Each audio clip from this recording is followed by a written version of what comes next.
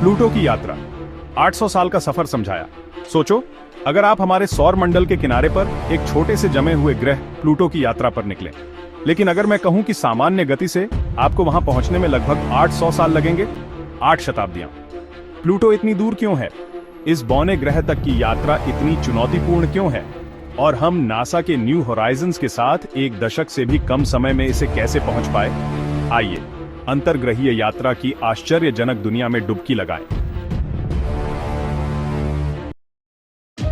लेकिन पहले उस व्यक्ति के बारे में बात करते हैं जिसने प्लूटो की खोज की, क्लाइड टॉमबॉग। 1930 में उन्होंने एक दूरबीन का उपयोग करके इस दूर की दुनिया को देखा, इस बात से पूरी तरह अनजान कि इसे पहुंचने में कितनी अविश्वसनीय यात्रा करनी होगी।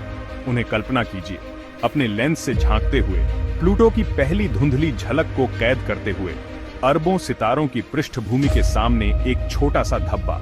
उन्हें क्या पता था कि उन्होंने खोज की एक अविश्वसनीय यात्रा शुरू कर दी है। आइए उस विशाल खाई का पता लगाएं जो हमें अलग करती है, उन तकनीकी बाधाओं का जिन्हें हमें पार करना होगा, और उन आकर्षक संभावनाओं का जो आगे है। सबसे बड़ी समस्या से शुरू करते हैं, दूरी। प्लूटो पृथ्वी से औसतन 5.9 अरब किलोमीटर या 360 अरब मील दूर है। इसे समझने के लिए कल्पना कीजिए कि आप अपना हाथ फैला रहे हैं और अपने अंगूठे को देख रहे हैं। चांद, हमारा सबसे नजदीकी खगोलीय पड़ोसी, आपके अंगूठे की चौड़ाई जितना दूर होगा। अब कल्पना कीजिए कि उस दूरी को प्लूटो तक फैलाया जाए। यह ऐसा होगा जैसे आप अपनी बांह को कई फुटबॉल मैदानों में फैला रहे हों। अगर आप बिना रुके 100 किलोमीटर प्रति घंटे या 60 मील प्रति घंटे की रफ्तार से कार चला सकते हैं, तो आपको प्लूटो तक पहुंचने में 6,800 साल से ज्यादा समय लगेगा। उन पीढ़ियों की कल्पना कीजिए जो ऐसी यात्रा पर जिएंगी और मरेंगी, वे कहानियां जो वे सुनाएंगे, वे उम्मीदें जो वे अपने साथ शून्य में ले जाएंगे। और याद रखें, हम हजारों सालों तक लगातार हाईवे की गति से गाड़ी चलाने की बात कर रहे हैं। वास्तव में अंतरिक्ष यात्रा कहीं अधिक जटिल, कहीं अधिक चुनौतीपूर्ण है, और इसमें गति की आवश्यकता होती है जो हमारे सबसे तेज स्थलीय वाहनों को भी बौना बना देती है। अब मान लीजिए कि हम एक व्यावसायिक हवाई जहाज की गति से यात्रा कर सकते हैं, लगभग 900 किलोमीटर प्रति घंटा या 560 मील प्रति घंटा। उस गति से भी प्लूटो तक पहुंचने में लगभग 800 साल लगेंगे। ब्रह्मांड में सबसे तेज चीज, प्रकाश को सूर्य से प्लूटो तक पहुंचने में लगभग 5.5 घंटे लगते हैं। प्रकाश की गति के एक महत्वपूर्ण अंश पर भी यात्रा करते हुए प्लूटो की यात्रा में अभी भी वर्षों लगेंगे। तो हम बस इंजन चालू करके तेज क्यों नहीं जा सकते? अंतरिक्ष यात्रा की इतनी बड़ी गति सीमा क्यों है? तीसरा अध्याय, अंतरिक्ष यात्रा की चुनौतियां, एक ब्रह्मांडीय संतुलन। अंतरिक्ष यात्रा चुनौतियों से भरी है जो हमारे सबसे शक्तिशाली रॉकेटों को भी फुस की तरह लगती है। यह भौतिकी के बुनियादी नियमों के खिलाफ एक निरंतर लड़ाई है। गति, ईंधन और दूरी के बीच एक नाजुक संतुलनकारी कार्य। पहली बाधा हमारी वर्तमान रॉकेट तकनीक की सीमाएं हैं। अधिकांश अंतरिक्ष यान रासायनिक रॉकेटों पर निर्भर करते हैं जो जल्दी से ईंधन जलाते हैं, लेकिन लंबे समय तक उच्च गति को बनाए नहीं रख सकते। यहाँ तक कि हमारे सबसे तेज रॉकेटों को भी अतिरिक्त गति प्राप्त करने के लिए ग्रहों के चारों ओर गुरुत्वाकर्षण सहायता की आवश्यकता होती है, जैसे बिलियर्ड्स का एक ब्रह्मांडीय खेल। फिर ईंधन और ऊर्जा की कमी का मुद्दा है। एक अंतरिक्ष यान जितना अधिक ईंधन ले जाता है, वह उतना ही भारी हो जाता है। उसे चलाने के लिए और भी अधिक ईंधन की आवश्यकता होती है। यह एक दुष्चक्र है जो त्वरण और गति को सीमित करता है, जिससे लंबी दूरी की यात्रा और भी चुनौतीपूर्ण हो जाती है।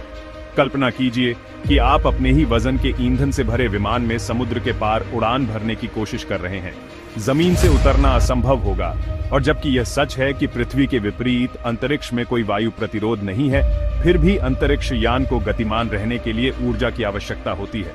उन्हें धकेलने वाले निरंतर बल के बिना वे ब्रह्मांडीय समुद्र को नेविगेट करने के लिए अपनी प्रारंभिक गति और उन चतुर गुरुत्वाकर्षण सहायता पर निर्भर करते हैं। यह झूला झूलने जैसा है। आपको इसे ऊंचा और ऊंचा रखने के लिए ऊर्जा जोड़ते रहने की आवश्यकता है। चौथा अध्याय, न्यू होराइजन्स। प्लूटो के लिए एक स्पीड दानव का पानी का छींटा। तो नासा का न्यू होराइजन्स मिशन केवल 9.5 साल में प्लूटो तक कैसे पहुंचा? इसका जवाब कच्ची गति, कुशल नेविगेशन और थोड़े से ब्रह्मांडीय भाग्य के संयोजन में है।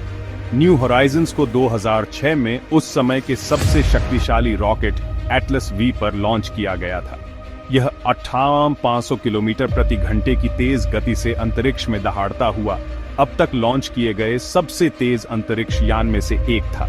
लेकिन केवल गति ही काफी नहीं थी। उचित समय सीमा में प्लूटो तक पहुंचने के लिए न्यू होराइजन्स को एक बढ़ावा देने की जरूरत थी, और यह बृहस्पति के विशाल गुरुत्वाकर्षण से मिला।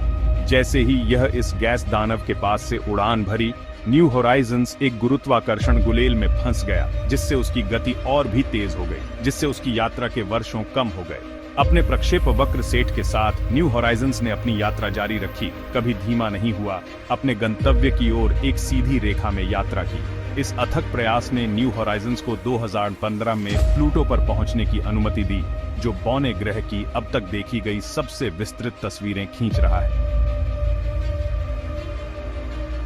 5वां अध्याय, प्लूटो यात्रा का भविष्य, गति अवरोध को तोड़ना। न्यू होराइजन्स की यात्रा इंजीनियरिंग और दृढ़ संकल्प का एक उल्लेखनीय कारनामा था, लेकिन फिर भी इसमें लगभग 1 दशक लग गया। तो क्या सदियों के बजाय दिनों में प्लूटो तक पहुंचना संभव है? क्या हम गति अवरोध को तोड़ सकते हैं और इस दूर की दुनिया के रहस्यों को उजागर कर सकते हैं?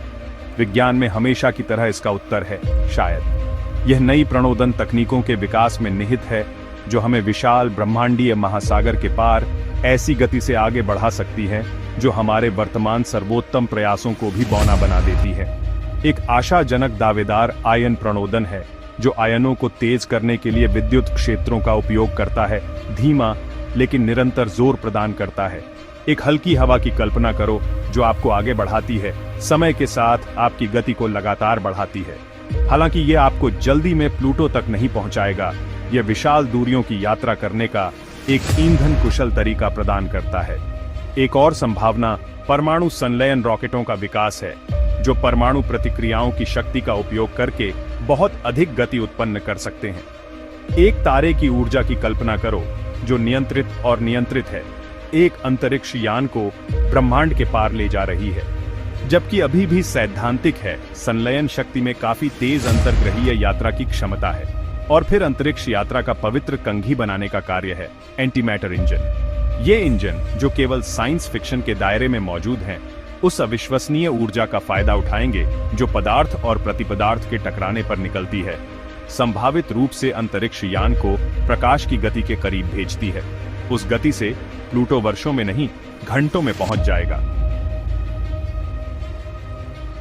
आउटरो प्लूटो एक दूर का रहस्य इंतजार कर रहा है। अभी के लिए सामान्य गति से प्लूटो की यात्रा में सदियां लगेंगी। ब्रह्मांड का विशाल पैमाना, हमारी तकनीक की सीमाएं और इसमें शामिल विशाल दूरियां इसे एक कठिन संभावना बनाती हैं। लेकिन जैसा कि हमने पूरे इतिहास में देखा है, मानवता में जो संभव है उसकी सीमाओं को आगे बढ़ाने की आदत है। अत्याधुनिक अंतरिक्ष प्रौद्योगिकी के साथ भविष्य के मिशन इस दूर की दुनिया तक बहुत तेजी से पहुंच सकते हैं, इसके रहस्यों का अनावरण कर सकते हैं और हमारे सौर मंडल के किनारे पर मौजूद अजूबों का खुलासा कर सकते हैं। हम एक दिन ऐसे प्रोब भेज सकते हैं जो प्लूटो के बर्फीले मैदानों, उसके विशाल पहाड़ों और उसके नाइट्रोजन ग्लेशियरों का विस्तार से पता लगा सकें। तो आप क्या सोचते हैं? क्या इंसान कभी प्लूटो पर कदम रखेगा, या यह हमेशा के लिए एक दूर का बर्फीला रहस्य बना रहेगा? हमारे दूरबीनों में प्रकाश का एक छोटा सा बिंदु, ब्रह्मांड की विशालता का प्रमाण, हमें नीचे कमेंट में बताएं। अधिक अद्भुत अंतरिक्ष अन्वेषणों के लिए लाइक, सब्सक्राइब और नोटिफिकेशन बेल को हिट करना न भूलें। अगले साहसिक कार्य में मिलते हैं।